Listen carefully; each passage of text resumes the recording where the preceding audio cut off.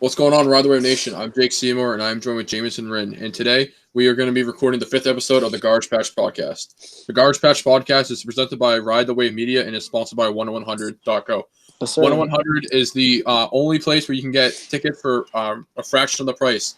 You can head over to 10100.co and purchase tickets to the best sporting events and concerts of the summer for a fraction of the price. Right now, they're raffling away a ton of sports jerseys and other memorabilia, signed and everything. So make sure you head over to 10100.co to enter, and that's ONEIN and the number 100.co. Great company. Do it. You won't regret it. Simple as that. Just do it.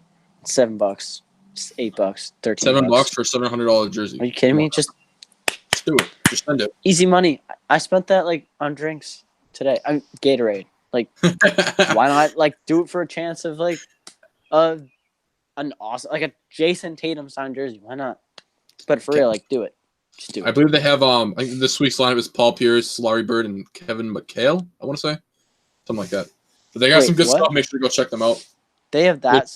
Damn, I might sign up. God damn. I know. And if you use code Ride the Wave Media for your first entry, you get one free entry, and then after that, you get 50% off. Wait, you get one free entry? Yeah, if you use that code, yeah. Bro, I'm part of Ride the Wave Media, and I don't even know that. I'm doing that shit. Yeah, let's go. All right, so our first topic today is from the MLB, specifically the Boston Red Sox. The Red Sox pitching lately has been a disgrace to the Red Sox. Take it away. Away, Jared.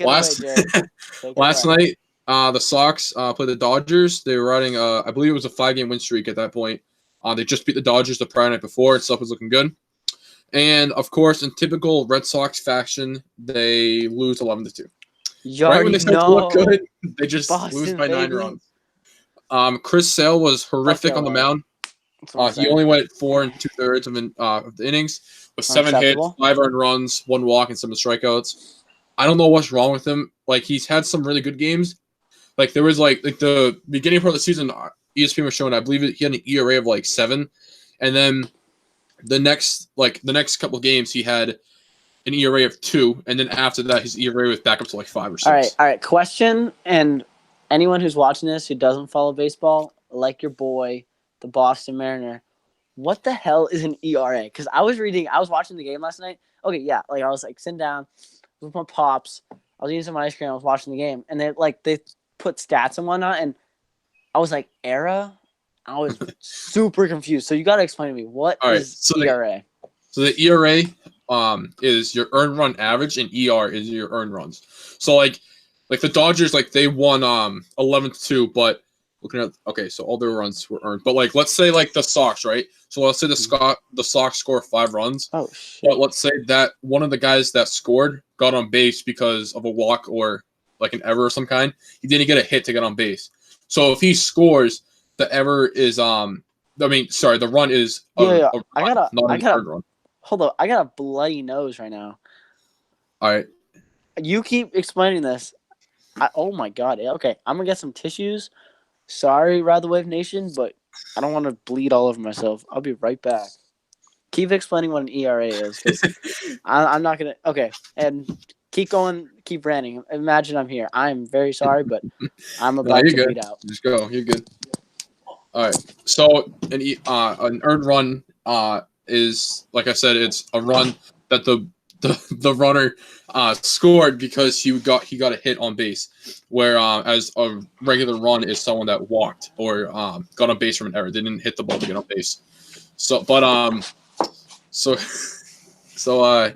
Chris Sales had 5 earned runs. I'm not sure what the score was at that point, but still, it's unacceptable. Unacceptable. I don't know what you're doing, Boston. I mean, baseball's not my strong suit, but you're losing, so. Yeah. And you were freaking World Series champions. Yeah, Chris Sale, again, he had 7 hits through 4 2/3 of innings. He's so stupid. I don't get what's wrong with this guy. This guy went from an almost Cy Young Award player to a crap show. And then they send out Heath Hembree, and he went a third. And then he had 1 strikeout. He had 1 strikeout for 3 outs. And then they pulled him. Why can't we keep Hembree in for more than a third of an inning? Hembree is my boy. How dare you disrespect Hembre like that? Come on. What's the coach's name again? Alex Cora. Alice Cora. I'm gonna make you my bitch if you don't put Hembre in again. All right, unacceptable. But and then like they just put in a ton of no names like Colton Brewer. I don't know who that is. They might have been giving them their chance, maybe. Like, who's gonna step up? Stupid. And then but we that's put not in what you do to when you're facing almost. I heard them say they were one of the best teams in the MLB right now. Is that true? the Dodgers. Yeah. Yeah, like you're facing the Dodgers, and plus it's a rematch of the World Series championship, so you better put your best guys. And then they put out Hector Velasquez. Mm-hmm. He goes 1 inning with 2 hits and one earned run, which is just so stupid. I don't get it. I mean, you're supposed to be your closer. You come out in the ninth to pitch 1 inning and you let up 2 hits and a run. And Justin Verlander last night, like he was making Chris Sale look horrific. That guy was hitting everything Chris Sale threw at him. I remember there was one point Chris Sale I believe it was Verlander in an 0-2 count, I want to say. And then he got worked all the way up to a 3-2 count, and then he got a double, I think, something like that. Mm-hmm. And also Christian Vasquez, I believe it was the 5th or the 6th, maybe the 7th. Joe Kelly was on the mound. So for those of you that don't know, Vasquez usually catches. Last night he played first, but Vasquez usually is a catcher for the Red Sox, and he would catch for Joe Kelly last year. So I was sitting there watching his at bat, and he was down in an 0-2 count, and I'm like, you better not strike out to this guy because Joe, like you caught for Joe Kelly. You know his pitches, you know what he's going to throw, you know how he likes it. You know you should get at least a base hit, if not more, from this guy. And he's in an 0-2 count, and granted, he did work his way up to a 3-2 count and get a good at bat, foul off a couple balls. But at the end of the day, it was a 3-2 count. I saw the pitch. I go fastball up high. I believe it was a fastball. It was up high. Yep, threw it right up to like about his chin, his neck area, and he swung at it. I'm like, I watched the game at home. I don't even catch for him, and I knew that was coming. And you're a professional baseball player. You just like that. You should have walked. And at that point too. In the beginning of that at bat, there's the runners on first and second, and Joe Kelly threw a pass ball, and now there was runners on second and third. And that point, the Red Sox were only down by, I believe, 2 or 3. So that would have been big. That could have been. I remember, it was the tying run, and I saw it, and I was like, okay, this is big. And I was waiting. I was patiently.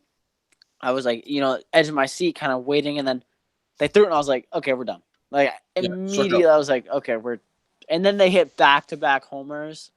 I was like, all right, goodbye, good night. Yeah. I mean, right now, the Sox are playing the Dodgers, top of the third, 3-2 game. David Price is he's in 2 1/3, 1 hit, no earned runs, and 3 walks, 4 strikeouts. So that means that all 3 of those walks result in a score, which is just so bad. They scored all three runs in the first, so that probably means that he walked the first 3 batters of the game. Wait, so we're down 3-0? 3-2. Okay, 2-2. We're good. Top of the third. So it's still time to turn around, but there's also still time for the Red Sox to blow it, as per usual. I'm just sick of this Red Sox team. This is the second half of the year, and I feel bad throwing the Red Sox name in shame like this because there are so many players on that team that are performing good. Like, Rafael Devers is having an outstanding year, and he's getting Oh, yeah, shamed. That kid's good. Yeah. He's getting, like, it's just so stupid. Like, Rafael Devers and a couple other guys on the team, like Bogarts, are having amazing years, being standout players, and they're getting shamed on because the Red Sox aren't performing good. It's ridiculous. But moving on to our next topic. So for those of you that don't know, there's a player in the NFL. I did not know this guy until an article came out on him today that I read. So his name is Richie Incognito, I believe is how you say his name. And basically in August, unfortunately, his father passed away. And he went to the funeral home asking the funeral workers if he could see his father by himself. And he goes in and the funeral worker said to him, I asked why he wants to see him, and he said he wants to cut his dad's head off. So it was a little bit out of the blue. And the funeral workers said to Richie that they could not allow him to see his father if that was his plan, that they didn't want to, you can't do that. And Richie told the funeral workers that if they don't let him see his dad and cut off his head, he's going to shoot up the place. So the funeral workers end up calling the cops. This dude is insane. This guy's crazy. So the funeral workers end up calling the cops, and the cops show up. And Richie, I believe, is arrested, and they go through his car, and they find guns in the trunk of his car. I believe it was. So he actually could have possibly shot up the church. I mean, excuse me, the funeral home. That's some messed up stuff. Like, so yeah, it was crazy that he would do that. Yeah. Okay. Did you hear The me? story goes on, though. I'm amazed that an NFL player like this, people know him, can act like this. Like, I know your dad just died. Yeah, that's horrible. And I feel for anyone whose parents are, if you're going through that, or anyone's parents is sick or passed away, but to threaten to shoot up a place, you might need a mental check. Like, go to the hospital, see a therapist. But that's, wow. And he has a future, like a real NFL future, and he can make a name for himself, but he chooses to do that. Wow. And yeah, so then the story goes is a little more to the story. So, in March, he pled guilty to a misdemeanor disorderly conduct in March, and then 2 months after that, the Oakland Raiders signed him to a deal. I'm not sure how much the deal was worth. God damn. But with that being said, he was signed 2 months after he was charged for the crime. So it was a 1-year deal reported on May 28, 2019. The Raiders are reportedly signing free agent guard Richie Incognito to a 1-year contract, according to NFL Network's Ian. Wow, that's unbelievable. So, you go so from then the having NFL, go from having a misdemeanor and getting arrested, right? Yeah. To getting signed a multi-million-dollar deal. The NFL is crazy, man. Like, NFL is crazy. When I say better, I'm being sarcastic, obviously. So then what happens is so now he's in the NFL, and the NFL chooses that they need to punish Richie for actions. Oh, come on. No, I'm laughing because it's just crazy what they did. I'm not laughing because this whole situation is very messed up, and I feel bad for the family. But I'm just laughing at the NFL because it's just like it's like a slap on the wrist. The NFL suspended Richie for 2 games in the next season. So I'm sitting here. When I read the report on my phone yesterday, I was sitting at the table. I was eating breakfast when I was reading it, and I started thinking, Tom Brady was suspended 4 games for supposedly deflating footballs. Okay, and did not harm anyone. And there's no proof that the balls were even deflated. It's completely. I'm telling you, it's completely opinion based. Like Roger Goodell or whoever's in charge of making these punishments, he just passes them on.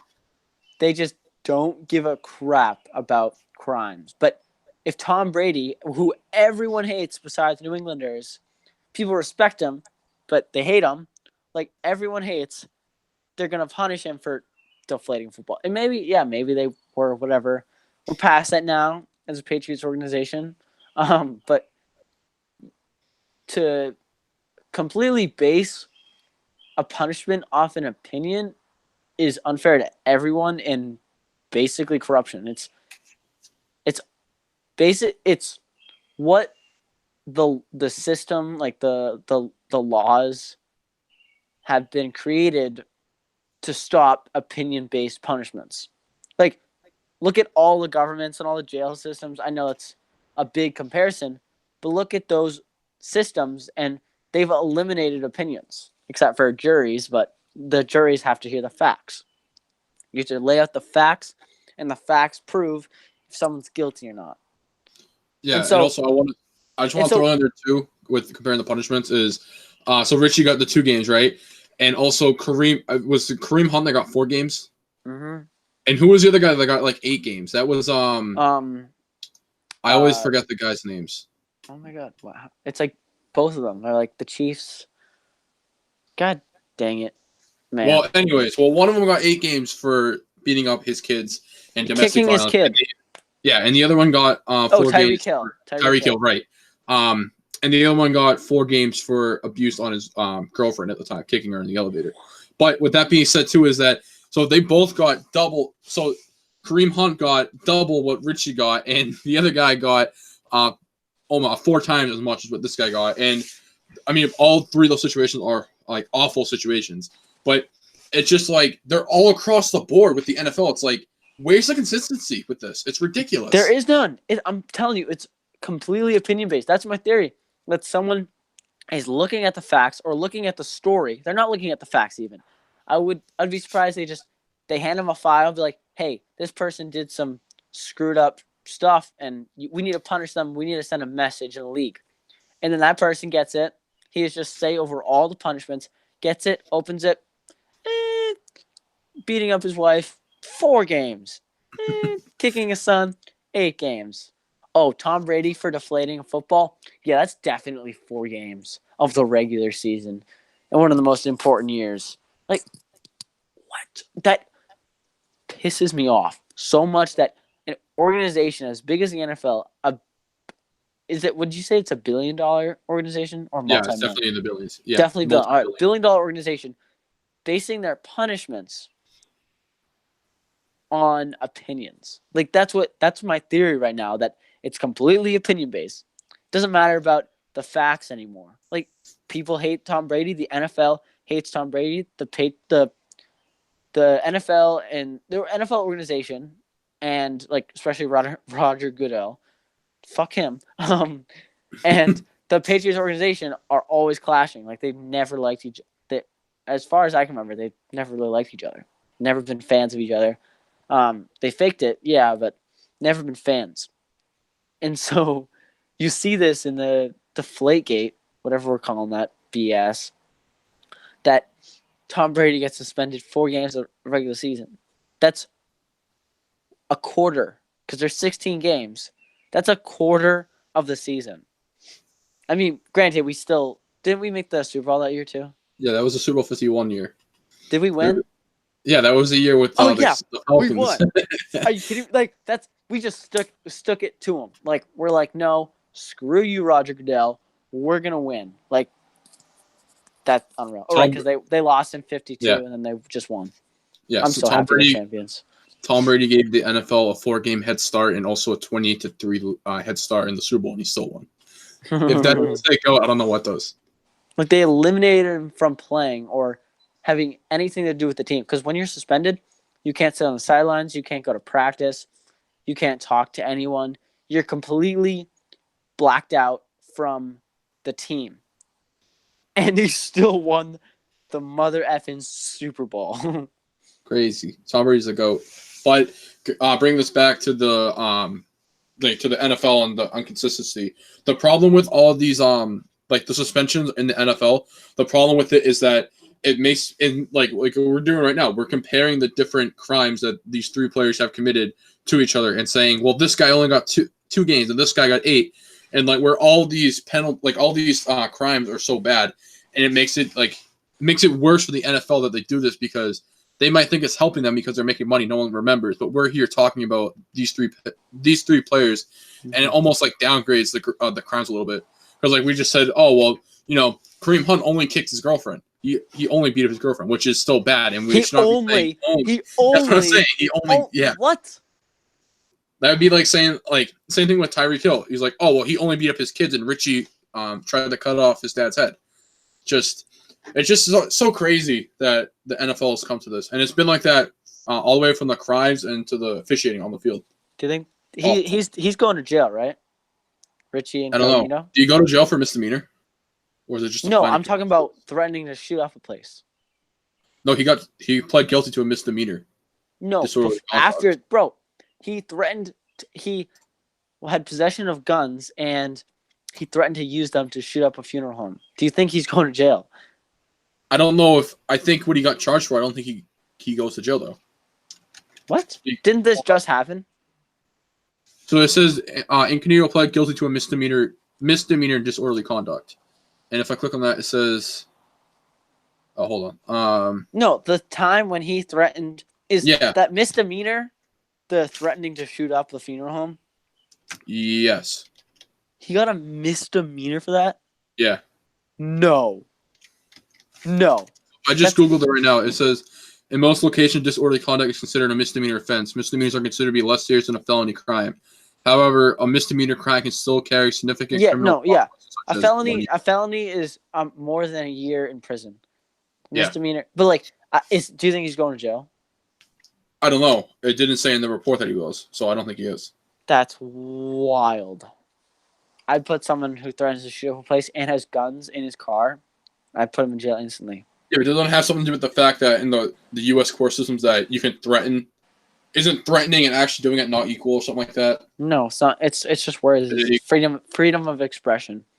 Yeah, that's probably what it is. I always get confused with the kind of law stuff. You can threaten to kill people, to do shit. Like, yeah, But you're I gonna think get it's not arrested a crime because until you actually do it, though, right? what? It's not. You can't go to jail until you actually do it. Like I think you can get arrested for like because it's probable cause. You're threatening. I think you can get arrested, but I don't think it can be held up in a court. Yeah. Like with a Probably judge. Yeah. Like when two lawyers go at it, it's gonna be freedom of expression. Like he said, she said kind of thing. Yeah, like you can't put my client in jail for something he said. Yeah. He didn't act on it. He said. Yeah. But enough with the U.S. court systems.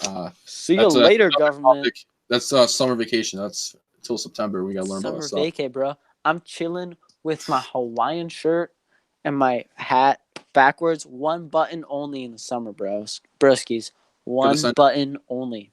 Man, I'm trudging through with my bloody nose.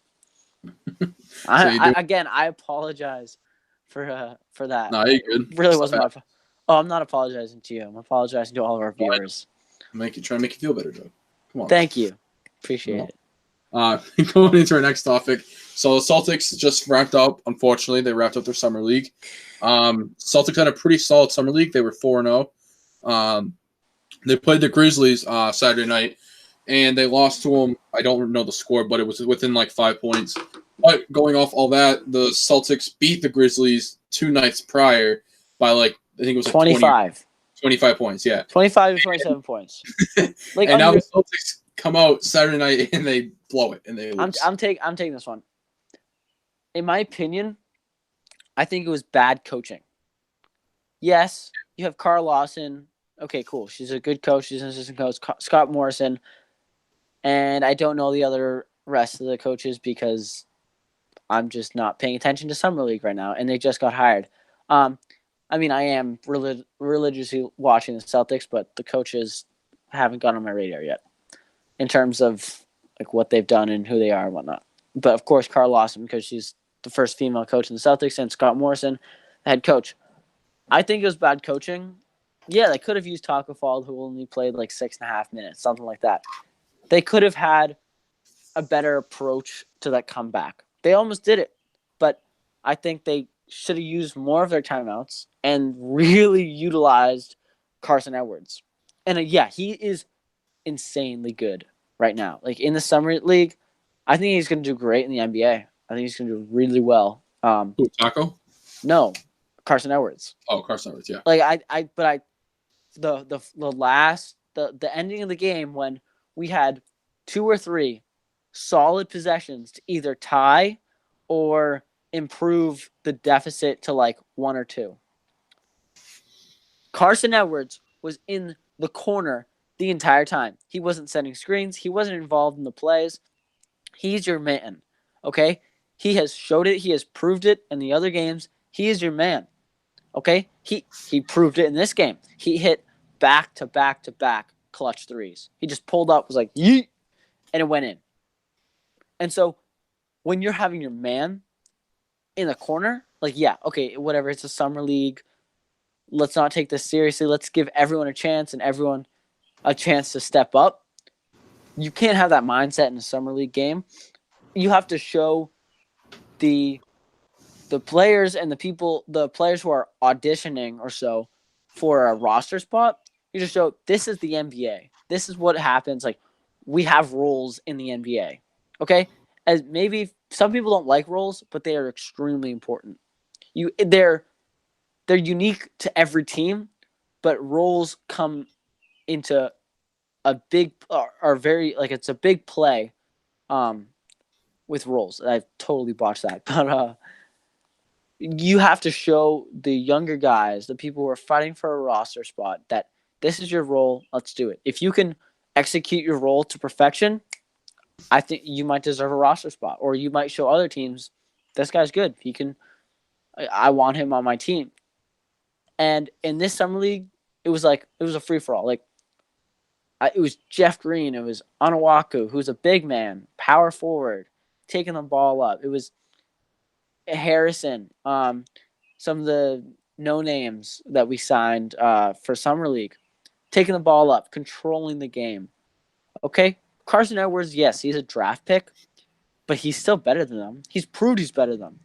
Okay, so you have to give the ball. You can't.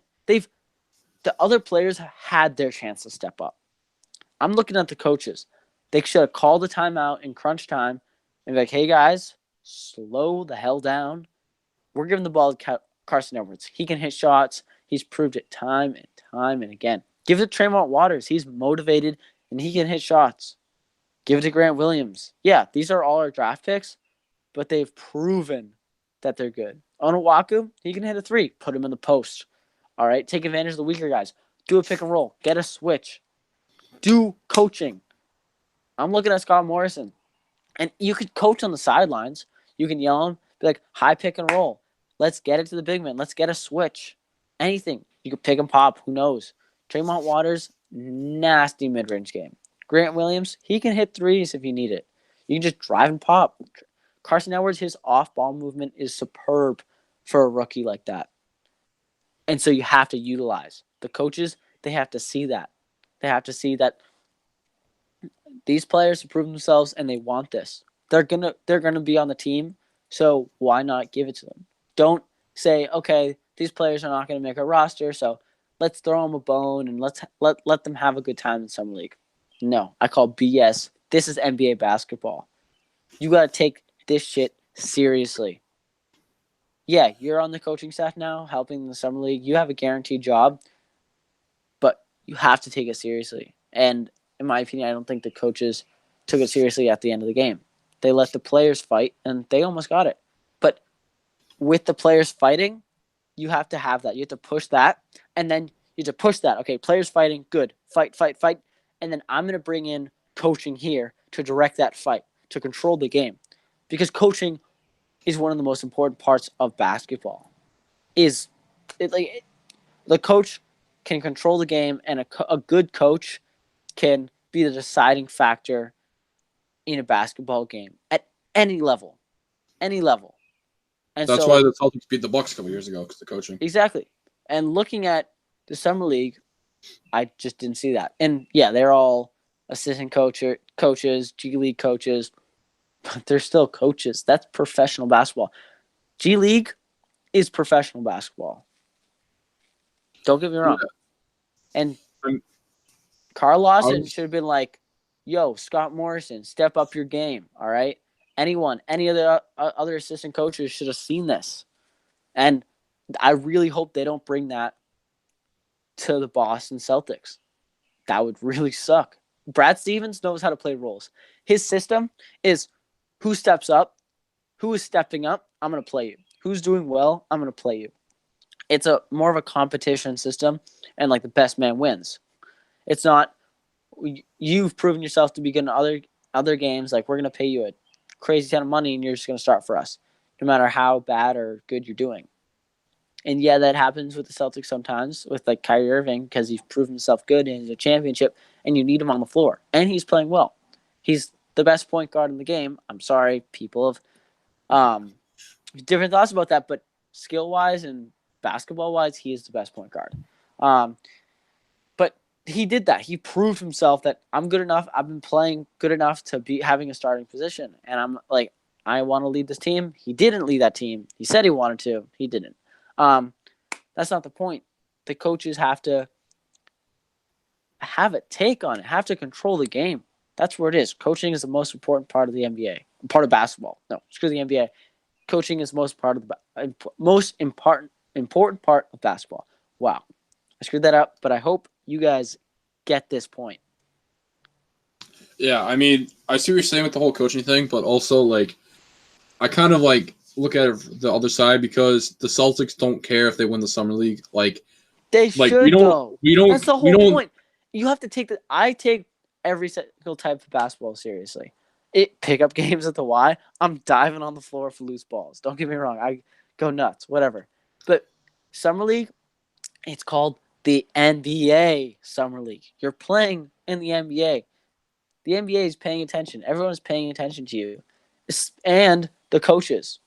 They're paying attention to the players and the coaches.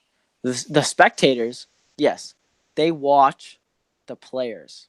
And they watch them entertain them, and they kind of jump into how the players are doing and what the percentages, their stats. But you have to look at the coaches too.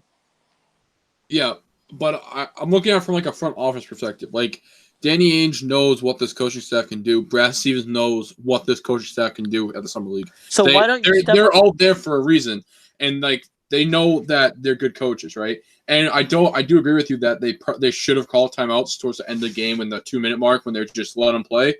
But with that being said, too, the Celtics don't hang up summer league championship banners.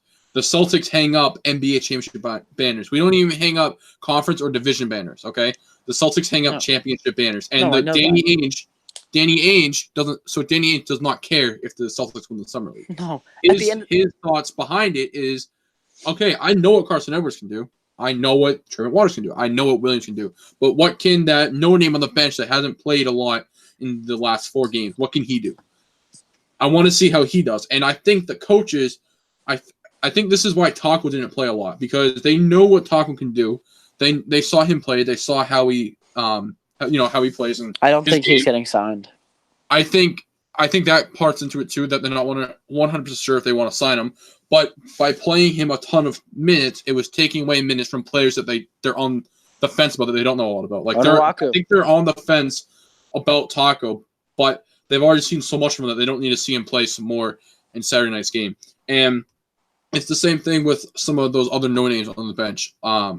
Like I can't name them. I couldn't really watch a ton of the summer league, but I know there are some players that didn't play a lot in the last the 4 regular games for the summer league. So with that being said, Danny Ainge wanted to see how they do in a moment, and the coaches at the same time, since they don't care if they win, they want to see how that young core of players, because this young core, that Grant Williams, Tremont Waters, Carson Edwards, they could be the next players the Celtics rely on. They are. Like Carson Edwards could be the next Terry Rozier. And hell no, bro. No, I mean, when I say Terry Rozier, I mean like the Terry Rozier. He's so much better than Carson Edwards. I mean, he's so much better than Terry Rozier. No, I mean like the Terry Rozier role, like the backup that comes in and can start a lot. Oh, that's good. Yeah. That's what I'm saying. Though. Yeah. Well, what I'm saying is Carson Edwards could play a role like Terry Rozier did for the Celtics, and they want to see. Let's say Kemba goes down and he can't play, he falls out, he gets hurt. They want to see, okay, can we put the ball in Carson Edwards' hand and can he play without us controlling it?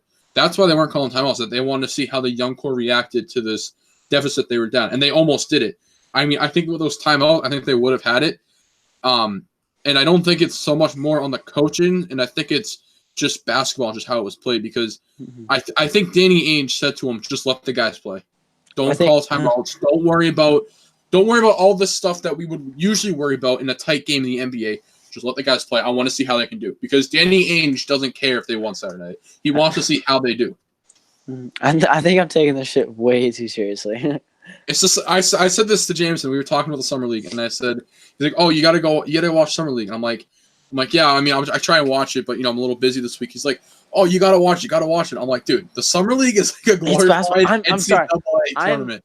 I'm so lost in the game. Like I hear people always say, like, "Are you lost?" Like this person's lost in the game. I think might be lost in the game because I take every single game seriously. Like I don't know. Maybe that's who I am. I just dive deep into the analytics or what's happening, and I need my basketball fix. Oh no, don't get me wrong. Like I feel like I'm the same way, but I was like that last night. Like, why wouldn't the coaches call timeouts? Why didn't this happen? Why didn't they do that? All like the what ifs and what if, shoulda, coulda.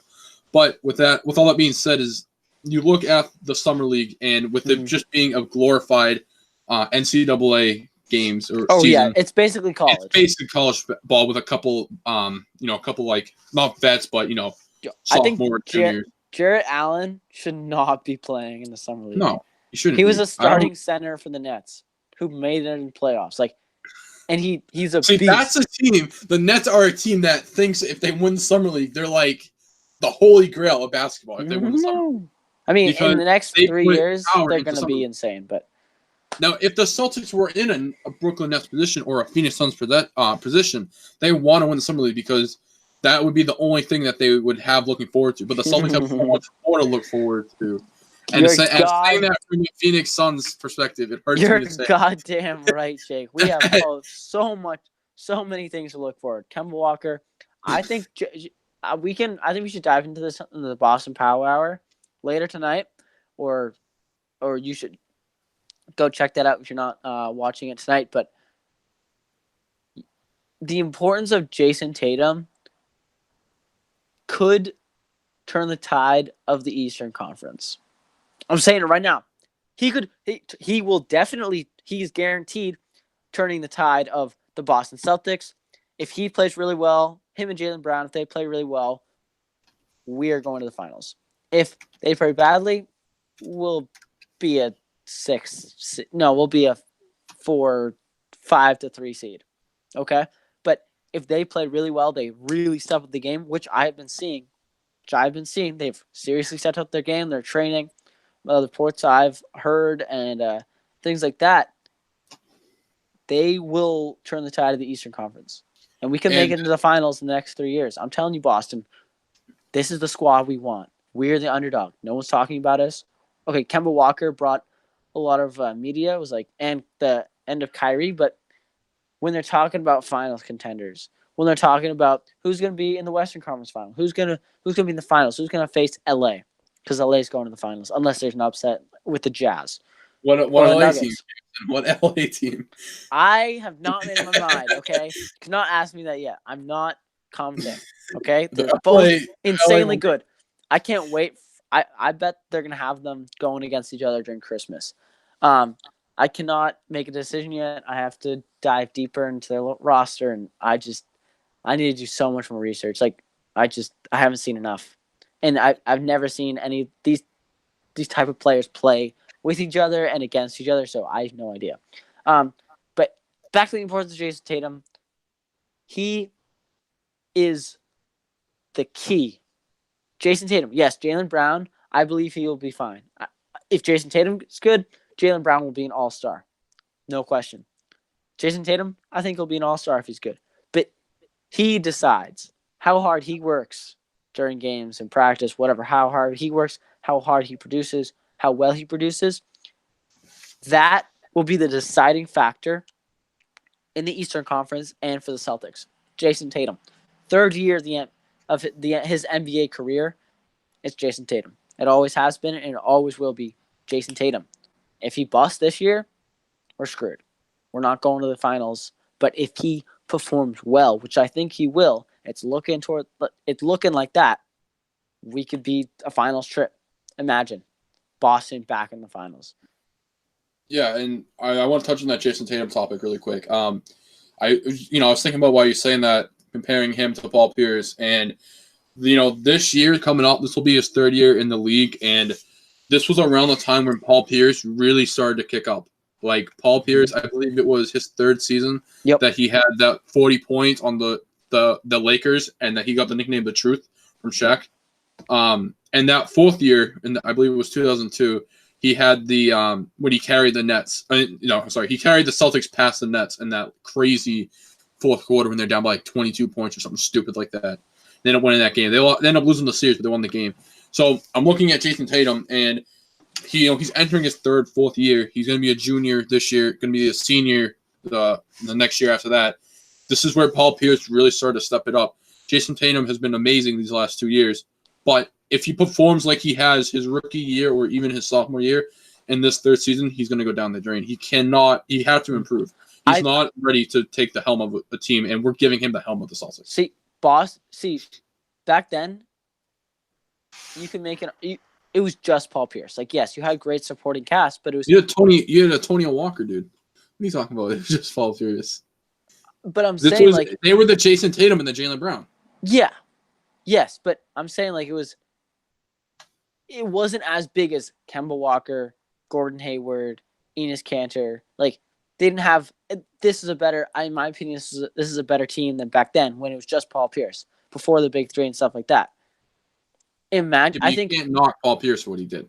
no. Oh no, that's what I'm saying. I'm saying he was better, but I think Paul Pierce will always be better than Jason Tatum unless Jason Tatum just goes insane and like blows up crazy and whatever. What I'm saying is that with this, these players around Jason Tatum, I think they will make him better and they will push him to be better. And so it's just looking more and more like Jason Tatum will step up. And I believe, again, he's the most important player on the Celtics, and he could turn the tide of the Eastern Conference. And that's that.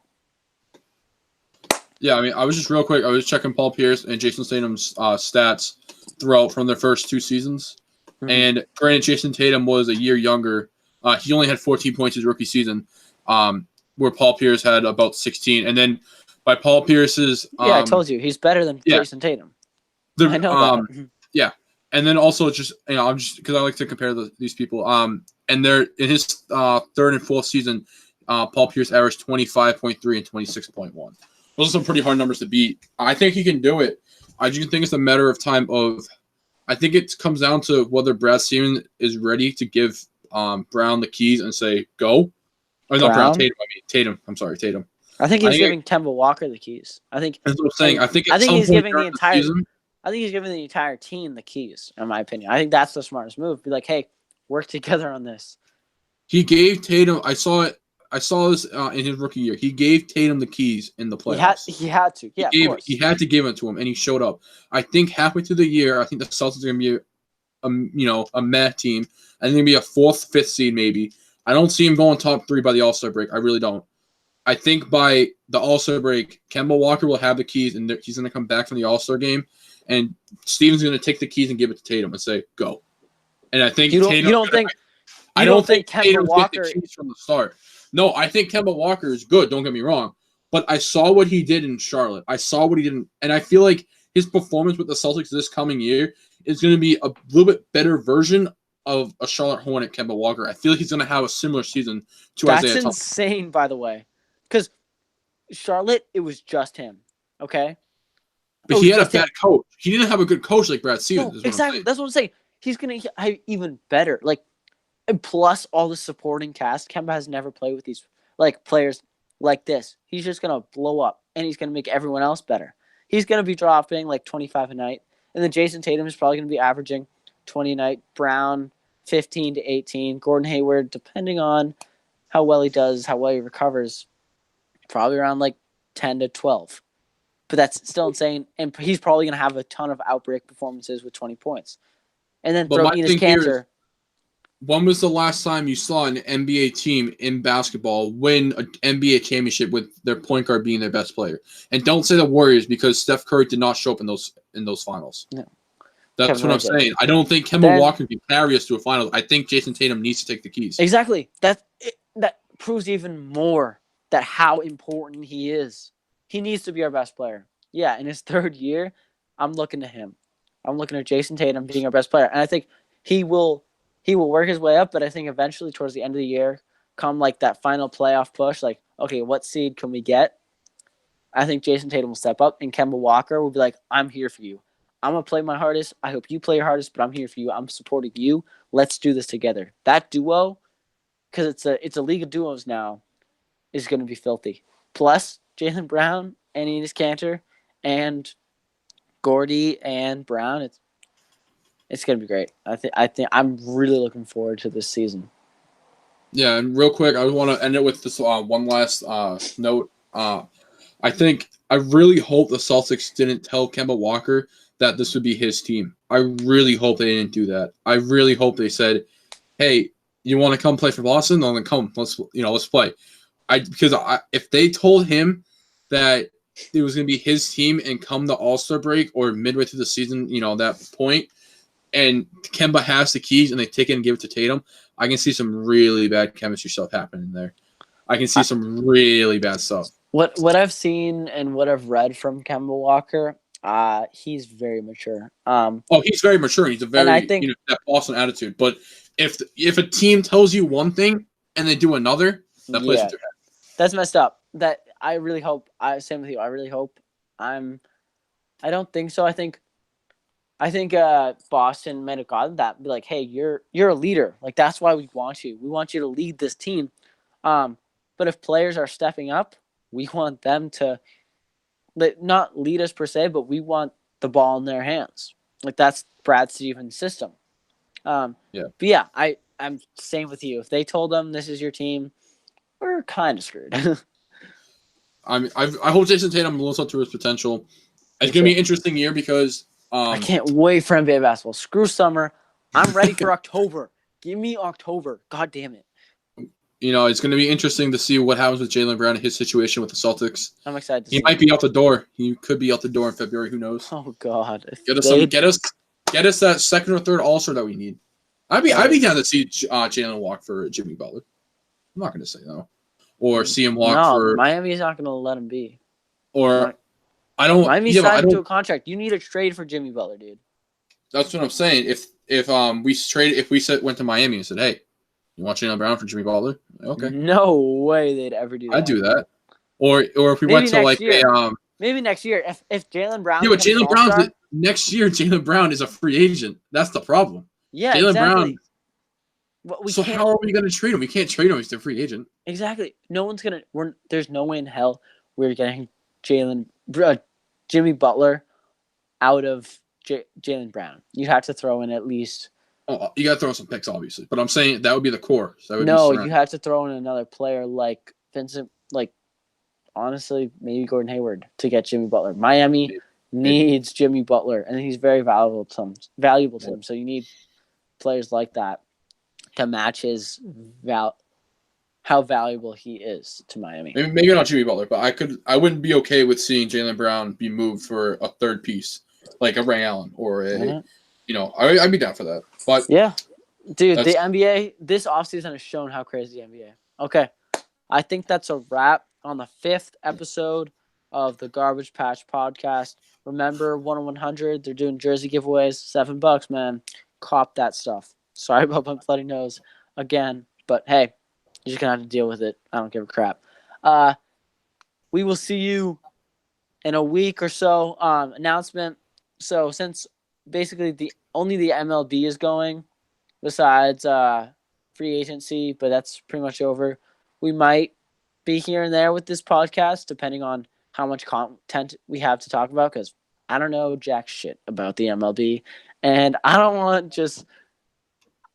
I think Jake is great. We don't want to force it.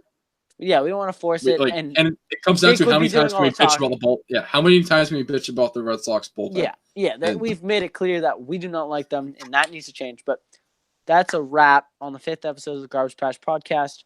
I can't wait for October. I can't wait for the NBA season. I can't wait for the NHL season, especially the NFL season. I can't wait for the Patriots to bring home another title, their 7th, and then they're going to go get an 8th, and then Tom Brady's going to retire. Okay, good night, Ride the Wave Nation. Ladies and gentlemen, right on. Oh, of course, Jake Habs. I was trying to add on something, and you just went with it.